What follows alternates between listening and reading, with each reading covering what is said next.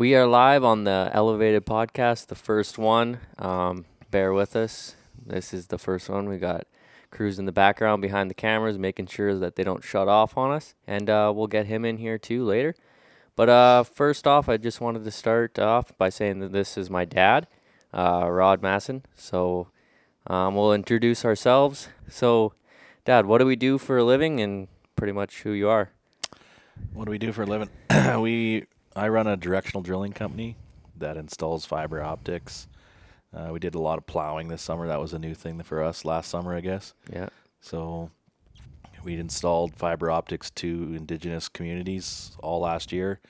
The 5 or 6 years before, for the years before that, we were doing big city stuff like Edmonton, Calgary, Airdrie. This is our first year actually doing like the rural projects and stuff like that. So it was a lot easier. Yeah, less headache, less headaches. people to conversate with. No, for sure. But yeah, maybe just how old you are and how many kids you have. Just turning 42. I got 4 boys. Yeah, I'm the oldest. He's the oldest. Cruz is the youngest. We got Chevy in the middle, 15. Yeah. And Cole, 17. 17. So yeah, we got 4 boys and 4 brothers for me. So yep. There's lots of more sledders hopefully coming up in the. I guess we do run like a cattle ranch also as well. It's kind of like our side hustle. Yeah, you bet. So we run, I don't know, anywhere from, changes every year. So we grass cattle about anywhere from 150 to 300 a year. Everybody's in on it. Yeah, Chase it's a is whole in on family it. deal Tina's in in the it. summertime. I have a partner that's my half. We split our cows in half, so it works out really good. Yeah, so that's kind of the laydown of what we are doing kind of in the summertime. And then, we kind of, I kind of take the winters off and move out to Revelstoke, as I'm sure you guys have been seeing all the YouTube videos that I've been putting out. But I don't do much in the winter either. Well, we do lots of maintenance. Yeah. Catching up on the odd billing stuff. Yeah. What else do we do? Feed cows. Chevy does most of that nowadays. That's his job.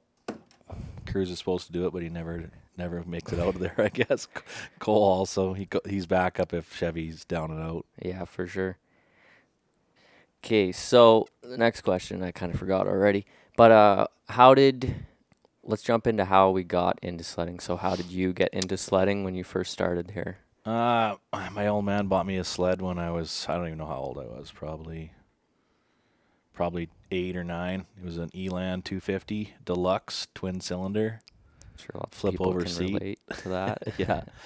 I spent more time. I literally would drive, it would run, and I didn't know anything about like filling up gas, so I'd just run it until it ran out of gas, and it almost always ran out of gas out in the middle of a random field behind the house. Boy. I'd do the walk of shame like probably 100 times. Jeez. And then for me, what did I get next? A Touring E 380. That was the shit back in the day. Had like a 1-inch track on it, and I remember that year we got it. It snowed like crazy. I've never even seen snow since then like that in the prairies. It was insane. Just like everywhere was like 5 feet of snow in all the sloughs and stuff. So that would be crazy. everything was blown in. Then what did I switch to?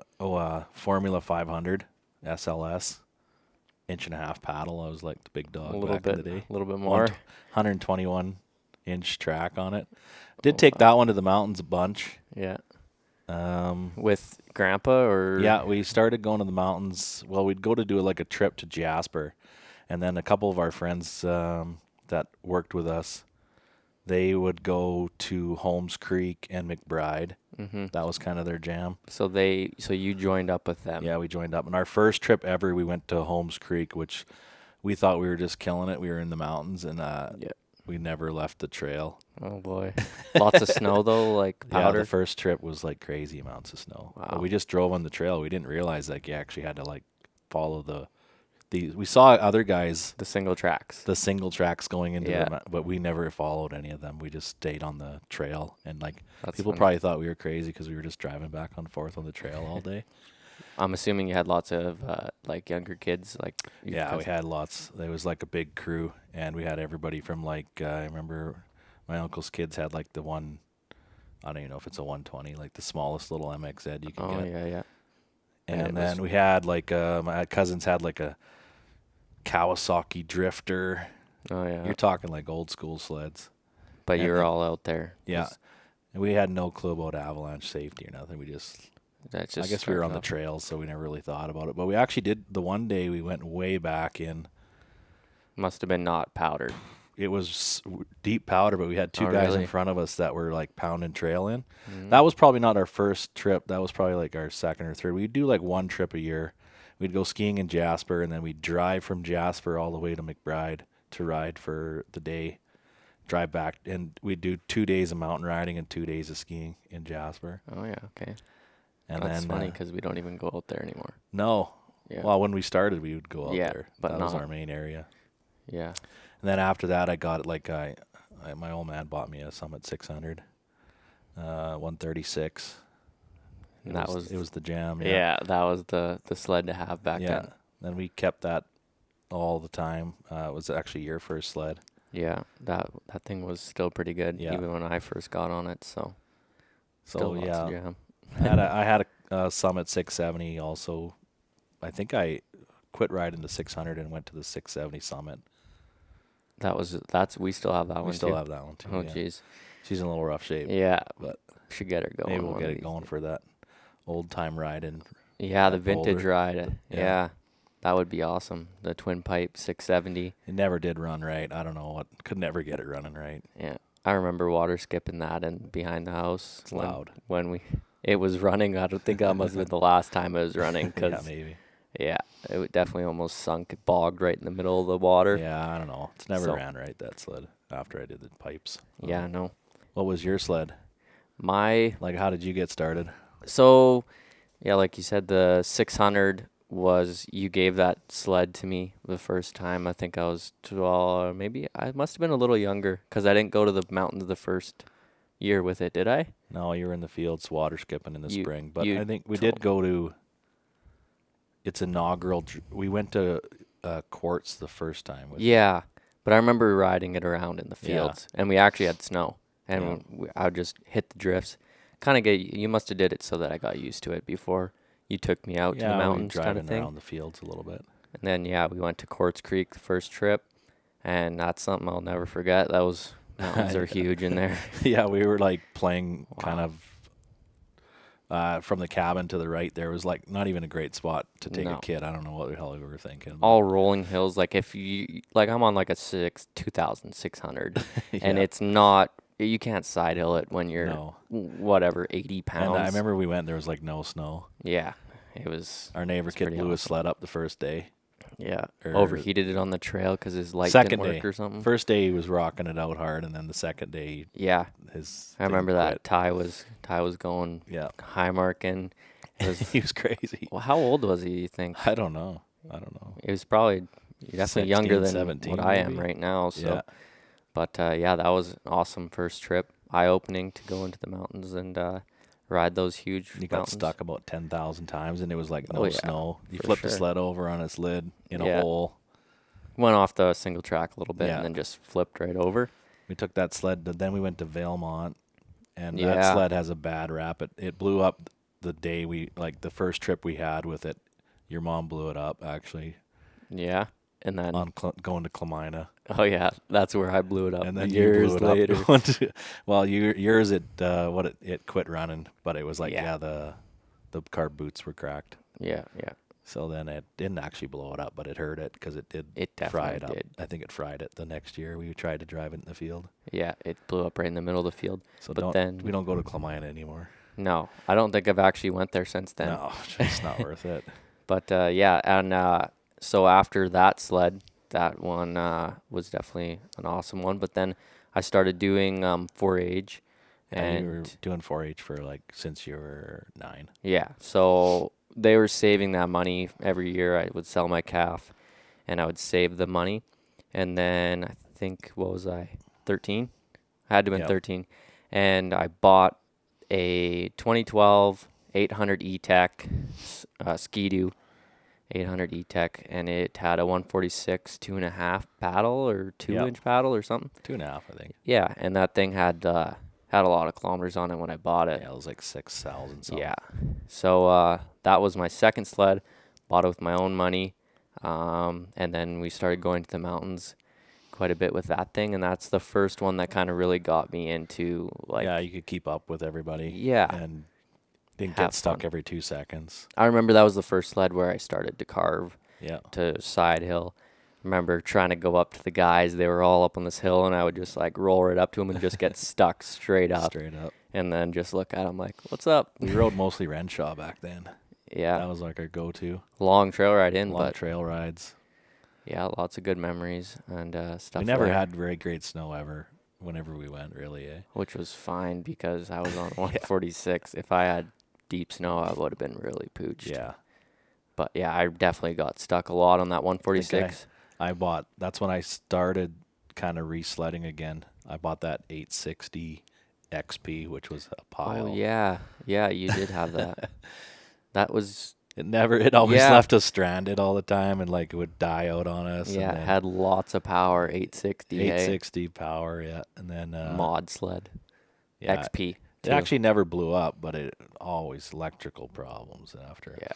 And then I bought that. What was it? 2015 Yeah. Polaris, because I just was like, I didn't care about brands really. Just No. wanted the cheapest sled I could buy that was brand new that had warranty. Yeah, and that was the sled that I remember that you were like doing crazy stuff on it. Long track 160. Yeah, 163. Yeah, 163. And yeah, I remember him like it was actually pretty cool to watch. Probably because you're smaller and you didn't realize I wasn't doing that kind of cool stuff. Actually, I mean, yeah, he had the control where he could do like the turn ups, and yeah, I remember could do him, that. That sled was nice and rigid like that. Yeah, and like I remember him parking on like these big rocks or like just going up these cool hills, and I was just like, wow, that looks like fun. Yeah. And yeah, that's kind of struck me and was like, okay, I want to do that for sure. And then you're a Skidoo kid, so Yeah. you wanted it was time to upgrade your sled. It was it never let us down ever, but I think it was just time to upgrade. So 146, I think, was my biggest problem with that sled. Yeah. I hated getting stuck all the time and like trenching down, because when you're starting, it is nice to have a long track. Oh yeah. Like that's why yeah. you bought the new sled that we have Yeah. now, because we've learned, and yeah, if you're starting out, you kind of want a longer track so that you can putz around and make the mistakes where you slow right down and Yeah. lose all your momentum, and it'll keep floating and not get you stuck and discouraged.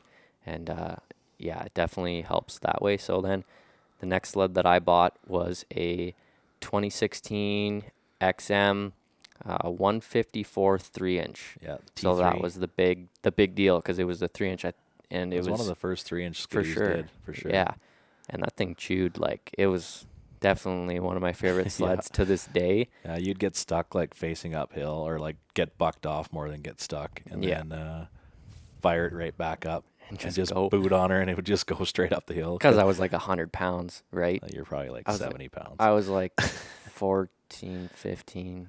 Yeah, I had that one 14. up until you had I that one was pretty good. You had that one until you were 18 or so. Yeah, so I must have bought it when I was Because like you 15. sold it to buy the twin pipe. Yeah, I did. That's right. So, and that was only a couple of years ago.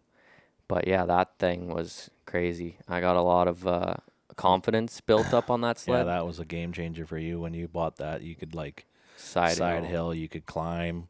Yep. You could. I was starting to do the re-entries at the end of having that sled, and jumping quite big for what I was and how tall the bars were. Like, I still at that moment, I didn't have like really a good idea of like sled setup. I kind of just rode it. I bought my first finger throttle, and that's kind of what got me into the finger throttles, was that sled as well. But plus we kind of like started riding with younger guys. Like, you were kind of riding with an old man crew there for a while, besides Ryan. Yeah, but then Ryan was crazy. He started riding with Riley.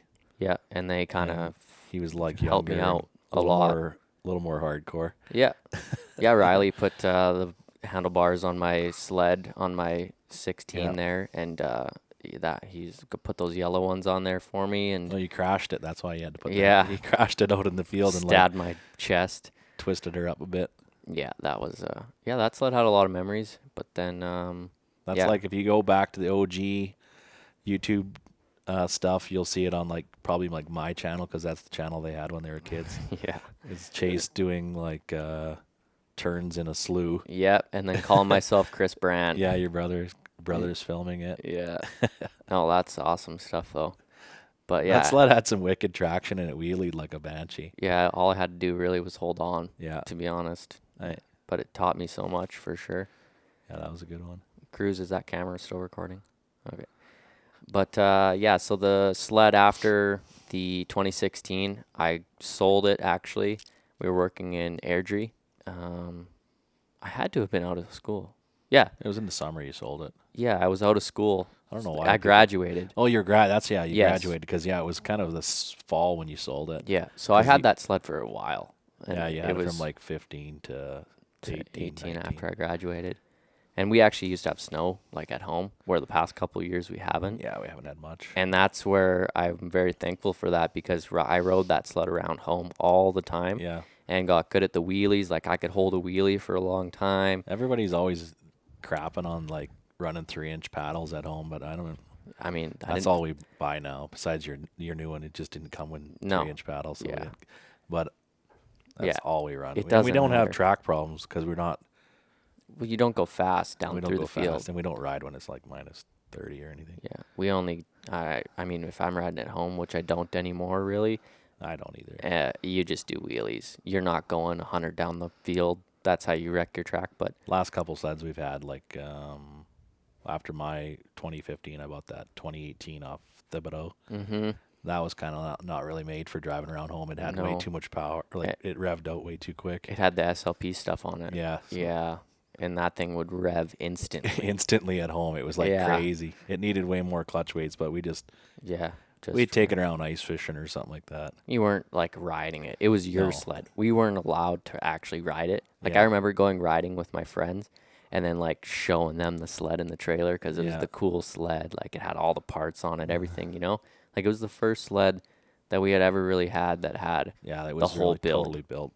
Logan built that sled up wicked. Yeah, he's very good at building And those sleds. it held up. Like it never actually had a single problem. No. I think Right you till the guys day. you guys drove it once and went through a bunch of freaking Yeah, cattails. cattails, and I think that took the top end out. But quick rebuild and it, It was was good to quick, go yeah. for like a couple more years still. $900. So, but yeah, and then after, like I was saying, I sold my 800 XM Yep. and I bought a second sled. Like he bought a sled off of Logan Thibodeau, and Yep. then we kind of knew him and we seen that he had a twin pipe. What was it? A 2021 twin Yep. pipe 850 for sale, 155, and it had the whole package like Zebros, shocks, bumpers. Like sometimes he sells them kind of stock looking. Yeah. But I kind of picked the mine up when it was the transition year from The 800. 2018 800 to the 850. Yep. And then he kept it pretty much how he built it. I think he changed like some shocks and stuff like that. Yeah, but he even sold us the Ice Age rails that came on it, which was pretty good. And then he that year he switched to he was buying a Boost, I think. yeah, the year that I bought Yeah, the and the then yellow so one you off got of him. pretty much built sled. Yeah, because it was a different platform too. Yeah. So I got I got his skis, everything and I still run those on my Boost today. But yeah, I have all those parts from him, and that thing was pretty crazy at the start of its thing. I rode it really hard because that was the year that I felt like I progressed the most. Yeah, you did progress. I most. You moved- beat the crap out of that sled. Yeah, I moved out to Revelstoke that year. I bought that sled from Logan, moved out to Revy, and that thing got a lot of kilometers put on it that year. Yeah. But it actually held up pretty good. Like, yeah, I had a couple issues because I had it in the wrong fuel setting for a month. Yeah. Fouled a million plugs because I didn't know. This was my first Polaris. And, yeah, that was a The challenge. Polaris, I don't know what they foul plugs, but mine's been good now for a while. Yeah, I mean, I think it was just the fuel setting. As soon as I changed the fuel setting, it started to work again perfectly. And I mean, if you're doing riding every single day, like most guys ride 4 trips a year, 3 trips a year. Yeah, exactly. So you need like, to. You're gonna find out what's actually breaking on stuff. Yeah, and I think I figured that out now. But what was your sled after Logan's sled there? I picked up a Cat. Yeah. I'm not really brand specific. I don't really care. No, you try them all. I wanted to try an Alpha. I still have it. 2020 Alpha 165. 3-inch. 3-inch. We built that sled right from that was kind of our first sled we really built Ourselves. Yeah, so we just like threw all the parts on it we could right off the bat. It's never even missed a skipped a beat. It's got 3,000 kilometers on it. Amazing. Yeah, we still have it. Prices of sleds are down, so we're not going to give it away. No, for sure. So, and it's a good sled if Cole wants to come out and ride. Like I got lots of brothers. Oh, it did break once in the back of Frisbee. Oh yeah, it was like an adventure though. Alpha problems. It wasn't even. It was just a shock, or one of the. Not even the rail broke. It was like a suspension part. Same as what broke on your sled yesterday. We better say thank you to Ron Peterson and Jeff Naslin and all those guys for getting us out of the back of Frisbee there. That was fun. That's a memory that I don't think I'll ever forget. There was a lot of guys there. It's like a 10, 12-man crew. Oh, I think it was like 15 to like took us 20 all to get people out of there. That we had in our group. And that stuff, everybody remembers it though. Like we had fun. It broke earlier in the day, and we wired it with some mechanic wire, farmer wire, and then we just frickin' I ran the whole day almost on it, and then just burning meadows up as much as I could. I wasn't beaten up on it too bad. You just wanted to keep riding because it was like a deep day. Yeah, that's probably why it took us so long to get out. Like now I seen they groomed right back to where we were. We would have just burnt right out in 2 seconds. That was kind of crazy. Because I made it all the way past Skinny Ridge before it totally blew all apart. Yeah, and just those front suspension things broke on both sides. Yeah, that was. We actually had wrenches in there. We had wrenches. We wired it all up, but eventually it all crap. It just it blew apart into like 5 or 6 pieces, and then the track would just ratchet. Yeah, the track just came. That's the only time that cat screwed up, but yeah, motor-wise, it's been solid. Solid. I think I might have the suspension settings not right because it bottomed out. That's why it broke. I remember going through like a ditch and it bottomed out really hard. Yeah, that's maybe it broke that, and then. But anyways, all the group got together and we had like 4 sleds trying to pull it out of this one hill at back of Frisbee, and hey, we got her done. Yeah. Owen broke his bumper. Owen broke his bumper, tacoed it hard. Yeah, and then I had it on the back of my 850 twin pipe sled and towed it all the way out. That's why you need backwoods bumpers, because when you need to tow something, you learn right away stock bumpers ain't going to work. No, not at all. And then if you bend a tunnel now, you got twice as much problems. Exactly, yeah. It's just a solid idea to have a back bumper so you can tow stuff out if you need. All our sleds get bumpers now. Oh, for sure. This new one we got to get bumpers on it. Yeah, we just haven't had time to do it yet. But at least all the rest of our sleds do have bumpers, so you have a backup plan. But after those sleds, me and you bought a boost together. Yeah, same day. It's like we actually snow checked sleds. Yeah. You snow checked the boost. I snow checked a 9R. For 2023. Yeah. Mine never showed up until I think like March. Yeah, seriously. And then I never even heard if mine showed up, to be honest. Either. Yeah, I don't even know if yours showed up. But like Lloydminster had 2 sleds, so we 2022 boosts. So a year old. 165s. Both 165s, yeah. I didn't want a 165, but I mean, they were both pros. Yeah, we was kind of like slim pickings, so we just got whatever we could. And thinking back on it, they were actually pretty cheap for what sleds are now. Yeah, like I bought my Ski-Doo for like $4 or $5 grand more this year. Mine was cheaper than yours. Mine had like 900K on it. Mine had 150. Yours was like brand new. Yeah. Kind of wish I got yours now. Yours has had way less issues. Well, my gauge quit working for the whole. I never had a gauge the whole first year I owned it. At least the sled ran. Bought it for the 7S gauge. Never ever was able to use it. Yeah. Till this year though. Yeah, we were using it yesterday. Yeah, it's the best thing ever actually now. So, yeah, that was awesome. But then we bought those. I built mine up to the sled that you see now, the yellow one that I was hitting jumps on there the other day, and 155 Chaos rails from Ice Age with a 3-inch M770 track on it.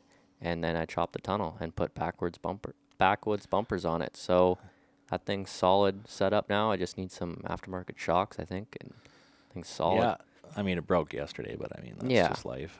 You're going to hit huge jumps. Stuff's going to break. Yeah. Sleds aren't designed totally for that. You can do as much as you can for them, but stuff is going to break. Yeah, exactly. But we should talk about the sled that you just bought recently, the 2023 Summit Edge. Yeah. 165. And I just literally looked for the cheapest sled I could find, and it's pretty rare that you're going to find a cheap Skidoo. Usually they're Yeah. the ones that hold the value the most. Usually they're most expensive. And Skidoo had this sweet deal where you buy it's a 165 electric start, chop tunnel. Yeah. So that's a pretty sick sled. Short tunnel, 165, 3-inch. Flips right over backwards. Cole flipped it right over backwards. It actually has a lot more power than I thought it would have. It's kind of neat. It's actually made in Finland. It's not a made in Canada Skidoo. Exactly, yeah. So it's they were saying it's some deal like somebody in Finland, they made all these sleds. And then they couldn't get rid of them or something. Deal fell through, and then they kind of just flooded the market in Canada. Yeah, that's why every dealer had a Summit Edge there. I kept looking for 154s. They all had 165s. Everybody had 165s. I don't know. Yeah.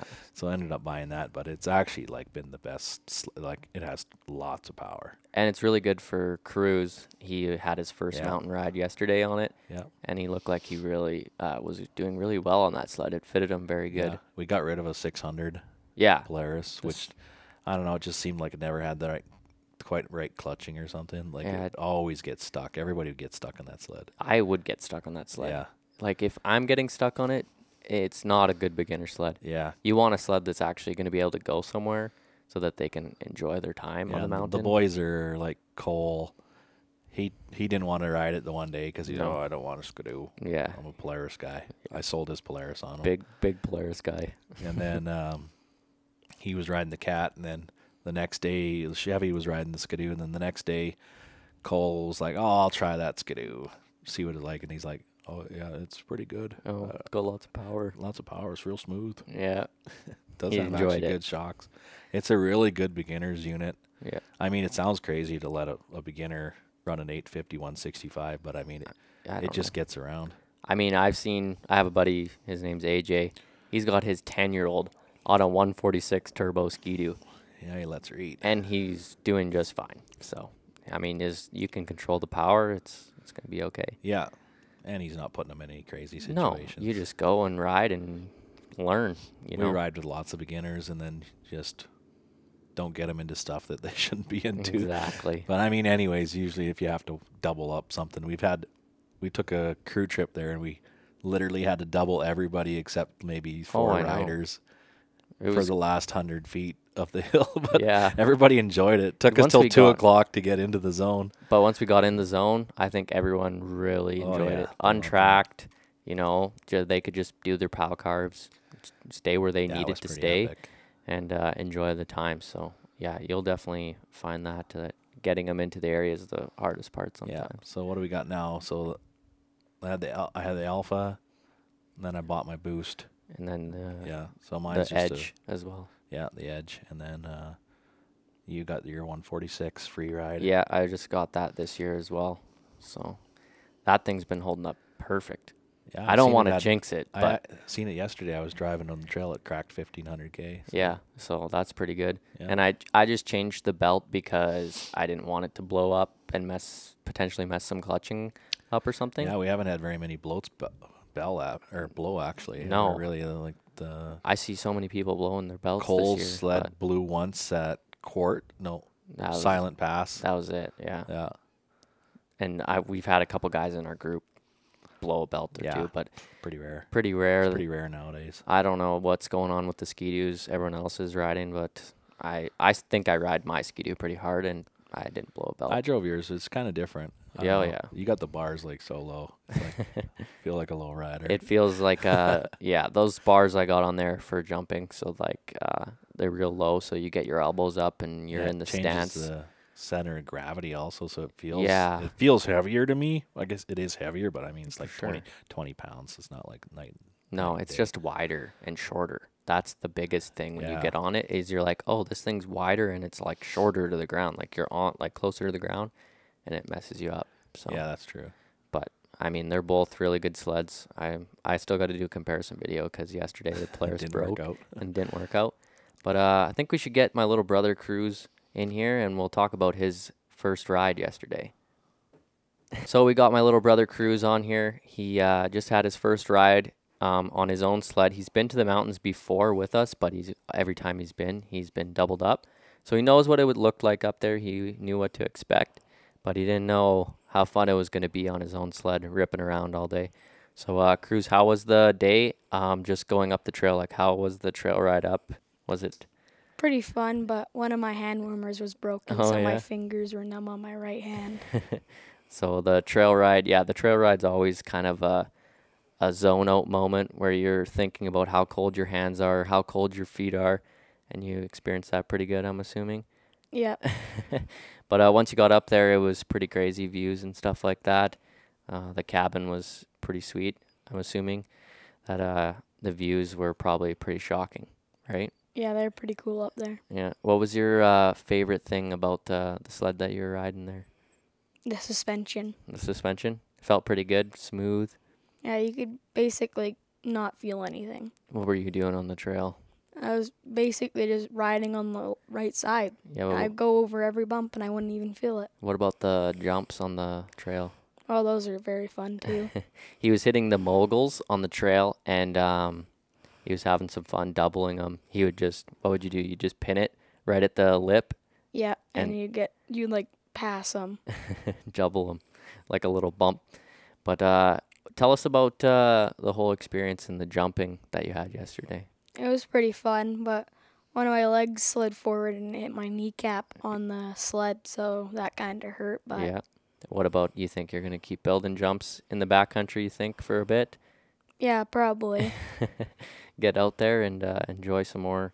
Hopefully we get some more powder. I would hope that your next trip out we can get you into some powder and get you carving, because yesterday we couldn't really do much besides just go straight, and there was no carving or nothing. There was no real powder, so we decided to just build a jump, and it turned out pretty good. He got way more air than I think he expected on his first jump. Hey? I think I could have got more. Oh, yeah? Well, we'll have to see that in the future. Get him a little bit bigger jump with a better landing. It was to flat, so. But actually, he did really good. Like, I was not expecting him to have, like, the right form. I thought he would either nosedive or come off the lip and not let off the gas and then, like, kind of, like, whip land. But he did perfectly everything that he should have, so I think he's got a bright future ahead of him in the jumping and sledding, everything, really, so. You did really good out there, and yeah. Anything else you'd like to share before about the day yesterday? Was it pretty cool being on the YouTube video for the first time? Yeah, How'd you like the video? Did I do a good job? Did I get Yeah, it your was pretty good. best moments in there? Kinda. I missed his one shot on the trail. I told him that I was gonna follow him behind him on the trail while he was doubling the moguls, because enjoyed doing that on the way in. So we were gonna do it on the way out. But then I got stuck behind Mom on the Polaris. It was overheating, so had to deal with that instead. So we'll get that next time. Yeah.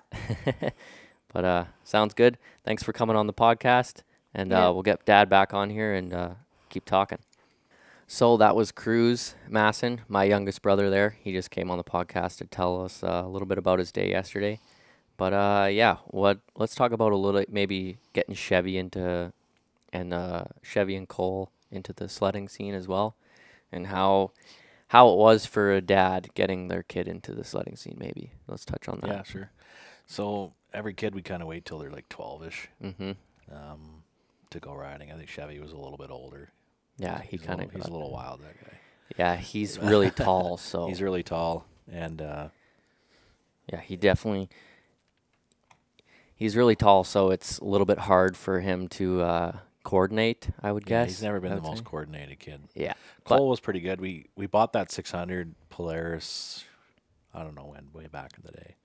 But we bought it, and that was his first sled to the mountains. He did pretty good. We went to Allen Creek, I think, the first time. Went Yeah. on like a little group ride with the Petersons. And Yeah, that would have been his first ride, eh? yeah, Yeah. you were in Europe, I think. Yeah. Oh, yeah, that was the trip Yeah. that I missed. And then we did Allen Creek. We did Blue River. We did Red Sands, Gold for West or something. We ride quite a bit different areas. Yeah. Actually.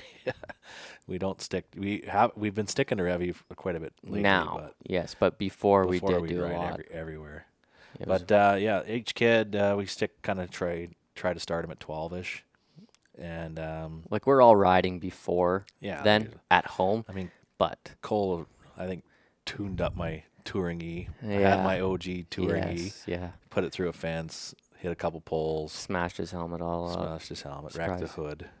So yeah, we're riding around home, messing stuff up around home Yeah. before we go to the mountains. But yeah, mostly I started at 12. Cole started at 12. Chevy might have started at 13. But his birthday's kind of in the September. So. Yeah, and then Cruz just yesterday started at Yeah, 12 Cruz as well. is just. This is his first. He's been up in the mountains a few times, but not too crazy. No, but yeah, it was definitely.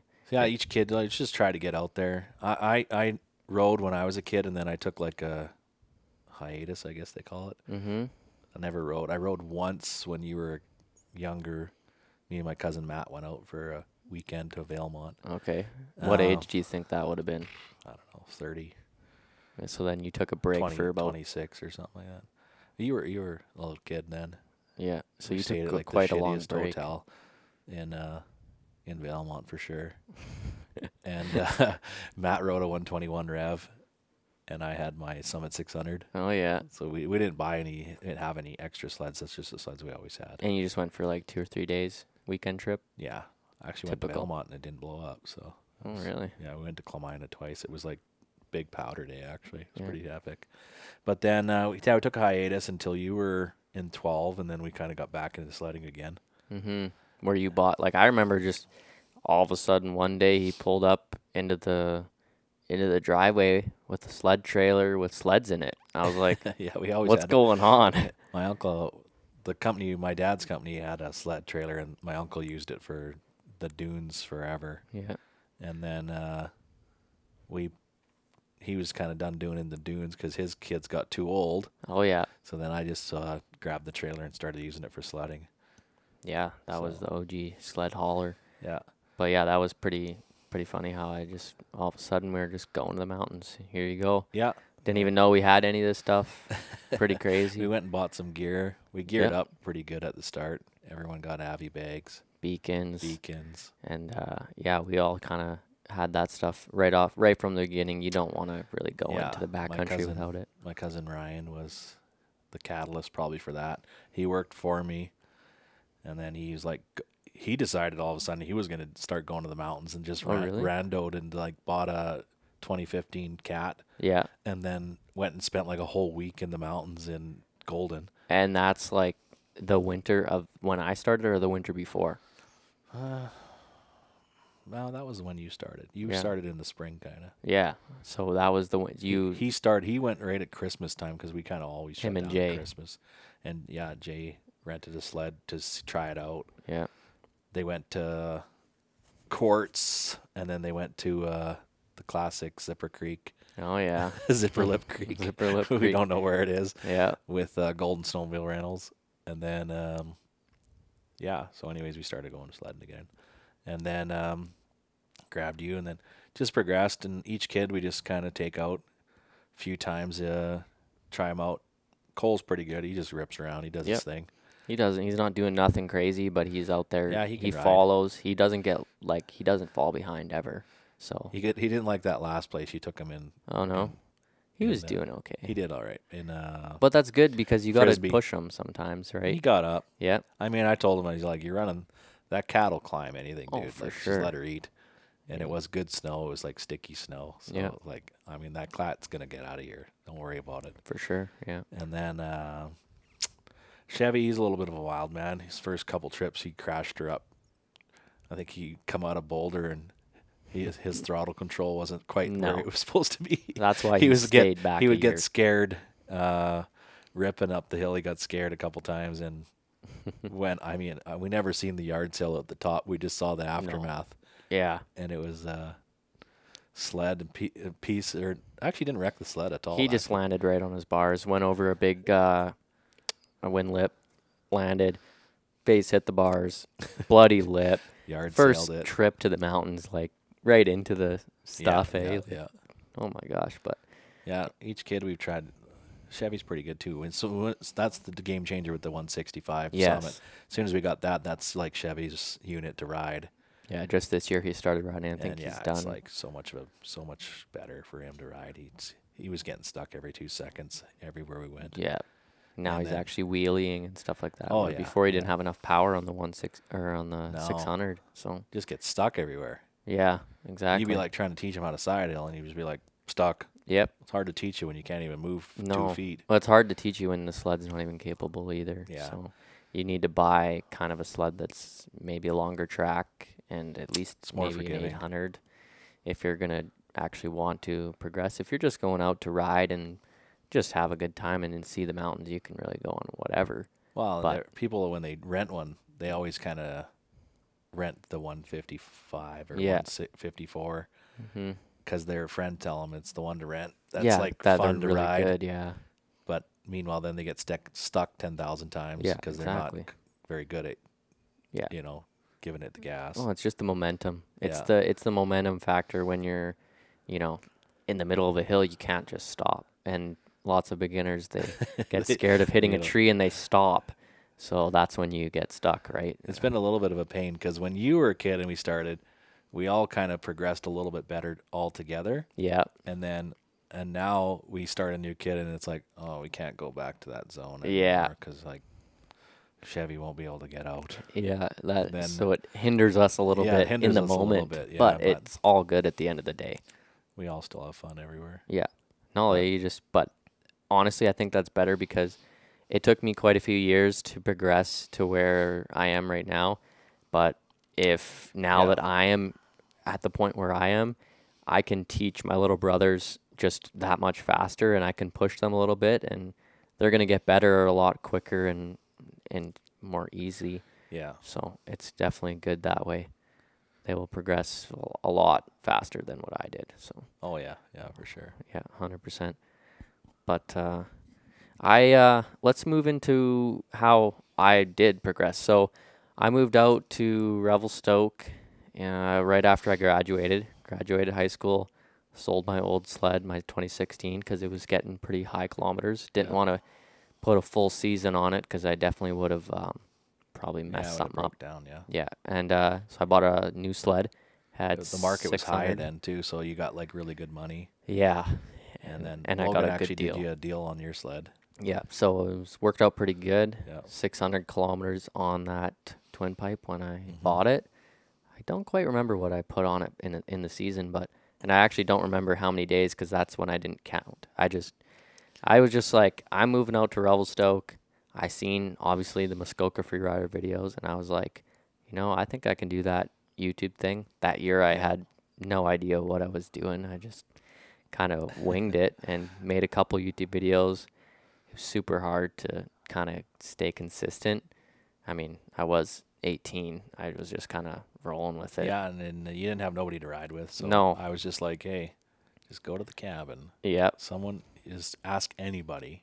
And that was the best advice, and it got me Yeah. out of my shell a lot, actually. Oh yeah, it was good. You had rode with like so many different people. I don't even know how many people I rode with. It had to have been at least 100 different people, and that's not even a lie. It probably was more because so many guys now, like, they're like, oh, I'm coming out to Revelstoke, and I'm like, oh, damn, I rode with you my first year. Like, okay, that's where I know you from, kind of deal. And yeah, it was an awesome experience just to move out there by myself, fresh out of high school. I had a dream and a plan, and I Yep. tried to make it work. And I remember when you first started talking about it, you were like, well, maybe I'll go to Golden because, maybe I can get a job or something like that. yeah, And then I was like, I don't know, man. We should go to Revelstoke. It's like the Mecca. yeah, Like, seriously. if you're going to ride somewhere and you got to ride all year, you're going to go to Revelstoke. Yeah, you should. Yeah, if you have a plan, and I mean, you don't have to drive very far. Like, that was the biggest thing when I stayed at Peaks Lodge there.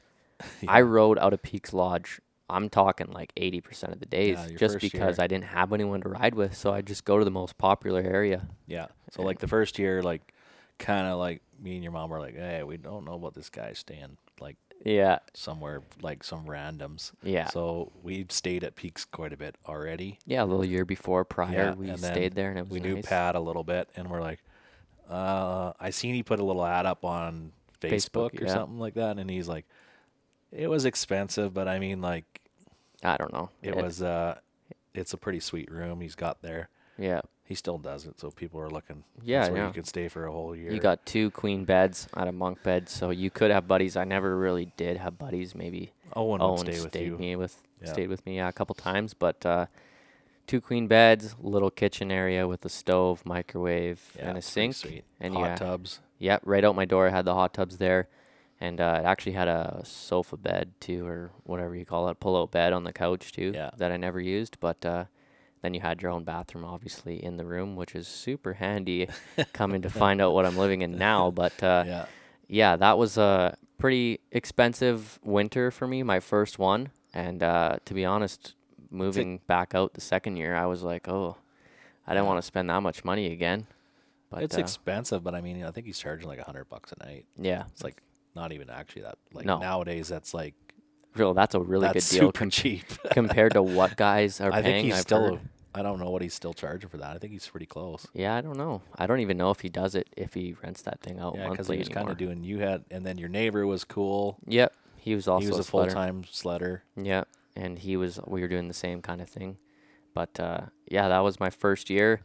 Learned a lot, rode with a lot of different people, and Made a lot of connections. Oh, lifetime connections Yeah. too, where like you'll see those people anywhere and you'll be able to talk to them. Yeah, it's the sledding community. Well, even we still stay at Peaks because it's like that's where we like to stay. Yeah, This weekend actually we were going to go to Revy, but no rooms. they had no room, so we just instead of going and staying somewhere else, we're like, we have a house here in Panorama, so we'll just stay here. I haven't been here for a couple of years. I haven't actually. Mom's got this place changed all around I like crazy. So it. yeah, first time back in a few years. I mean, I've been just living in Revelstoke, so I haven't really had the time to come. Yeah, But that's like why we went here too this weekend. We used to ride here, Forester a lot, yeah, and we haven't ridden it probably in like 4 years. no, never since And, the year I moved. It was a pretty nice area. I never went up on top of the Thunderwater, but you did. No, that was awesome. The views of that area are crazy. Bigger mountains. Definitely, you don't want to go there on like a high avalanche day because you wouldn't really be able to ride Yeah, it's got anywhere, lots of to be honest. yeah. But yeah, it's definitely a fun area to go in and enjoy, and kind of brought me back to a lot of memories actually. Like I was like looking at all these hills and I was like, oh, I used to jump off that. It was pretty Jump. low snow, which it did look completely different. Yeah, it definitely, there's a lot more rocks showing. And I think it's got like another 10 or 12 kilometers to the trail end because they had to move the trail head back a bit. Yeah, But but it was still fun to go there. But yeah, no, that's definitely where I started, and it was cool to go back there and see it all again. But moving on to the second year of when I moved into Revelstoke there, I definitely wanted to try and change it up. I didn't want to stay and Yeah, you wanted to spend get cheaper. $3,000 a month on you're getting older, so accommodations. you're getting cheaper. Yeah, that's just how it worked out. At my first year, I was just like, I'm doing it. I don't care Yeah. how much it's When it you're costs. looking at longevity, you got to go a little cheaper. Yeah, and that's what's killing me now. I'm thinking like, but So you picked up, we scoured Richie Bros. yeah, And mid work day, I was working, and he's just like, "Hey, there's this trailer at Richie Bros. It looks pretty good. Like, I think you could stay in it." I'm just Yeah. like, "What?" Office trailer. I literally, when you said that, I was like, "Dude, no way. I'm not staying in that." And then I like went back to work for like another 20 minutes, and then you called me, and you're like, "Dude, look at that trailer. Like, I think you're gonna like it." And then I was like, "Okay, I'll take a minute and look at this trailer." And then I was like, dang, I could maybe live in that. And like, it actually Yeah. looked all right. And then we bought it and then had to fix it up in the front. It's kind of a trailer. It's a 28-foot just enclosed trailer. And then the back was already split. It's like they already had a They had workplace like a back tool there. crib in the back. It had its own. It's a heavy duty trailer. Yeah. I would Oh, imagine for it sure. was some type of oil field trailer for guys that would stay like more of an office in the front. Yeah, it and did then- have kind of like a weird bed style thing in there. Yeah, it had like a couch that flip-down flipped couch. out, but I don't know if you'd ever want to sleep on it, but probably just if you had to. yeah, if you got stuck out there or something. But yeah, then we had to convert that and put flooring in the front. What else did we do? Built a bed frame. Yeah, It already had a mini fridge and a microwave and Yeah. all the setup in the front of the V. the wiring was all done. and Yeah. it worked. So that was. Yeah, bonus. that was awesome. We really Well, lucked we had out. to change the Oh, the plug. the what do you call it, the And the breakers, because it was set up for oil field power, 350 yes. or a 240 volt, and we had to switch it to like a RV style plug-in. which was a learning curve and a half, Yeah. wasn't it? Tries hasn't burnt down. No, it's still working good, thankfully. 2 years running, but yeah, no, it was experienced. Even I'd never built a trailer before, or Yeah, I never put flooring in or nothing. And my We- flooring job's still holding up, surprisingly. Yeah. I don't know how, we but epoxied the back, so because it was just like regular plywood, yeah, and it's and then we built a bench in the back too, so you had like a work spot. diesel heater on the Diesel side. heater. Just because you can't run more than one electric heater in that thing without popping a breaker. So So it's got like 3 in it, so you're not getting cold if you no, don't. no, it has 3 in the front. It has Yeah, 2 radiant heaters. I think that's what they're called, right? Yeah, And then one baseboard and one. yeah, one on the I've never roof. seen one of those ones on the roof before. No, right above my bed, which is kind of nice. It kind of just, at least my bed is always warm, and then I run just a regular space heater in Yeah. the front too. But yeah, you can't have more than a couple of those going in because it does kick the breakers once in a while. Yeah, so we were just talking about Is it recording? yeah, Okay. it is recording. But we were just talking about how the trailer has some technical difficulties sometimes if you Same as these headphones. yeah, and yeah, this recorder just shut off on us. So, but like I said, it's our first time doing this, Yep. so yeah.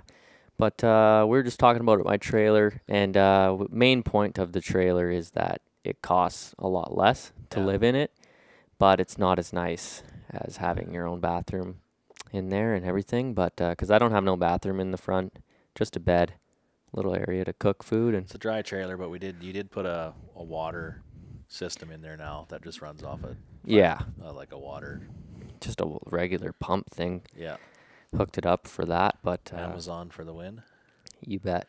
But yeah, let's jump into how the YouTube thing is going and what do you think of it, Dad? What do you think about like my Yes. YouTube thing? Pretty good videos. Yeah. We like watching them. Yeah, it's good to. I think it's a good idea because it can hopefully pay for itself in the future. But it's also even just nice to look back on like Oh yeah, the stuff. Like we can look back to the first trip of the first day that I ever moved to Revelstoke. yeah. Still, it's my first video on my channel. If you want to go watch it, it's probably not the best, but Isn't it twin pipe raw? yeah, there's a twin pipe raw. That one actually got like 10,000 views. So Yeah, that was a good one. That was you riding in Gorman. yeah, that was pretty fun. But yeah, it's definitely, hopefully it's gonna pay for itself in the long run. But I've all been you can doing it ask for for, a yeah. while. So like you said before, I was filming YouTube videos on my dad's channel. Yeah. He was the one who had an email. So we kind of made a channel and logged into it. I didn't have an email at the time. I was in grade Yeah, like if you want to 6. see some good videos of kids doing tricks on their BMX bikes at the golf school, Trampoline parks, trampoline parks, all this stuff Yeah. that I would do. Probably should still do, but I Yeah. don't. Yeah, you can go check that out if you want to search deep for the channel or talk to my close friends because they know what Yeah. that channel's called, but I'm not going to say it. But yeah, I've been doing it since grade 6. I've always wanted to be a YouTuber, and hopefully I can make the dream happen in the near future and starting What to was make your one. first guys that you like to watch on YouTube? Definitely one that sticks out is Sea Boys. Seaboys, And yeah. yeah, those were the guys that really kind of made me be like, wow, I should do that because Yeah. they do everything. And that's kind of how when I started making videos is when it was just everything. Just like I just did same whatever. as we do, yeah. But yeah, I don't know. I don't even know if Sea Boys were around when I first started the channel. I think Well, it would have been I don't even know how old, like what year it would have been. It was a you were- while you were ago. little. You were like 10, Yeah, like 12. like Cruz's age, Yeah. trying to be a YouTuber. But yeah, I've came a long way since then. Got a lot better at talking to the camera, editing, all that. But yeah, it's definitely a grind. And YouTube, I figured out now. Like I just started getting monetized. Like I just got monetized this last month, and just started getting paid. And you got to have a lot of viewers and a lot of views on each video to actually make a go at this at this YouTube thing. Yeah, I mean, like, you'd made enough money already. Like, if you did do a good trip, it pays for some fuel. Yeah, So at it's least not like pays for some of it. It's not like they're paying you 5 cents. No, yeah, it's definitely, if you But- get a lot of views on your video, you will make some money, but Yeah. it's definitely going to be a push, and I got to at least get like about 100,000 views, and that'll start paying for itself quite Oh, for frequently sure, if yeah. I get up to that point. So hopefully we can make it happen, but it seems like a good gig. I don't know. It helps out with sponsors and stuff too, because you're doing like the full mega or Yeah, like all platforms. Yeah, I right think they now. like that, you know. So like you did really well on the sponsorship. Yeah, The first year this you year. had 0 sponsorship. Yep. Second year, I got ambassadorships. No full sponsors that year, No. but Even the ambassadorships were pretty good. Like, I feel like Peak gave me a really good deal on a suit yeah. the second year, and like that was my biggest one last year was Peak Outerwear, and they were really welcoming too. Like they're super good guys, and then this year they gave me full everything, which was a shocker. I'm pretty sure that they were the first ones to say like you're on the team, and then I was like, hey, now I know that I can actually be fully sponsored. I'm gonna Yeah. try to go for some more companies, and did just that and got GGB, Backwoods BMP, and 509. So that helped a lot. I think the moving out to Revelstoke for 3 months is a really good help as well. And saying that I'm Yeah, gonna I post think every day. one of the big ones you did too, you did a Kosterky clinic. Yeah, I used to call him Kesterky. yeah, I didn't know that. His name was Kosterky until yeah. we went down there. But that really like blew up your confidence. Yeah, I definitely got me into a different mindset too. Like, Plus, like when you went down there, you went to a jump clinic, mm-hmm. and then That was my first year. a lot of the guys that were in the jump clinic, Yeah. you Made. are still friends with. Yeah. Oh yeah. And then even Kosterky's brother. Yeah. Isaac. Yeah, and then like it just connections are the biggest role, I think. Yeah, for sure. Like, even seeing like the first year I went to the jump clinic, Nolan and Mason were the two guys that kind of stuck out because they were the only two guys that were my age. They're a little bit older, but they're my age. And then the next year, last year, I went to the Proven Progression Pro Ride Clinic because you have to do an advanced clinic to be in that. And Caleb said that the jump clinic was close enough to an advanced clinic, I guess, and allowed me to come. And that was a unreal experience, and that got me like really in the game for the sponsors for sure. Like that was like an amazing experience just to talk with Caleb. Obviously, you know, like he has all the sponsors and all that stuff, and is really knowledgeable about that. So he was a big help. Definitely recommend if you want to get into the sledding world, doing an advanced clinic and doing that pro ride clinic, because that's gonna help you. Sealy's kind of a funny area too. Like it seems like the guys that are there are all well connected to the industry. I would say, yeah, Freshies Like, built, Freshies. Kyle. I remember when we went there the first time, I was giving Chase Yock the the gears in the shop because he was wearing a funny that's funny Tobe suit. funny Tobe undersuit. Yeah, that I was giving funny. him the gears and Yeah, that was. that was Now you good. know who he is, and you're like, yeah, oh, yeah, oops. yeah. But whatever. That's all. They're all part of it. super cool dudes, and like I definitely recommend riding in that area. Oh, for sure. Yeah. That's a cool place. It's I really want totally to go different. back down there again. It looks like they have good snow right now Yeah. too. So, but I might be heading that way shortly, and maybe not directly there, but somewhere in that area on the hunt for snow. But yeah, I think it was. I pretty definitely good. recommend like those clinics.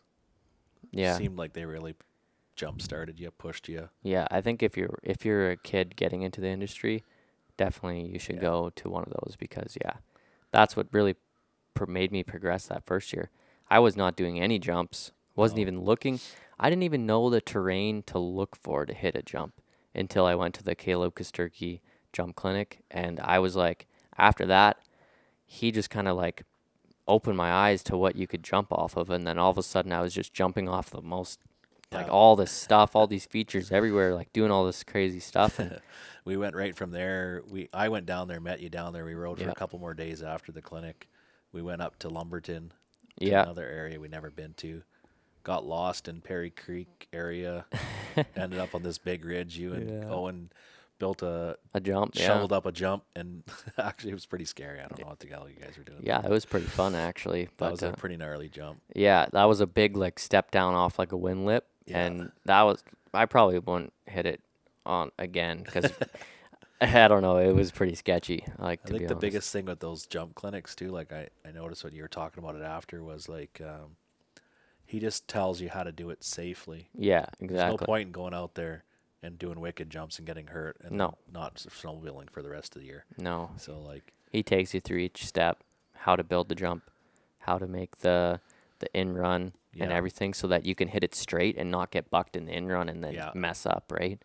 That's probably the most important part. that's the tricks. Like I mean, that you learn from years it's pretty and years. good on him for Yeah, showing. he and, did it au natural. Yeah, exactly. He's- He just learned from everyone else. I think in the Yeah. industry. I'm sure he's watched thousands of videos and stuff like that, and just that's kind of pretty learned good. himself. And now he's teaching other people, which is a crazy opportunity to go and watch and learn. It's insane.